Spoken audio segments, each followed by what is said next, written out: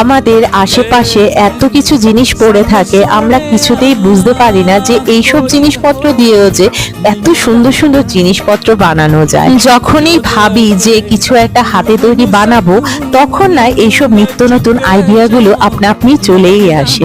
তাই ভাবলাম আজকে নিউজ পেপার দিয়ে যদি একটা সুন্দর জিনিস বানানো যায় তাহলে কেমন হয়, যেটা ঘর সাজাতেও সাহায্য করবে, আবার নিজের প্রয়োজনীয় জিনিসপত্রও রাখতে পারবো। হ্যাঁ, বলতে পারো এক ঢিলে দু পাখি মারার ইচ্ছে।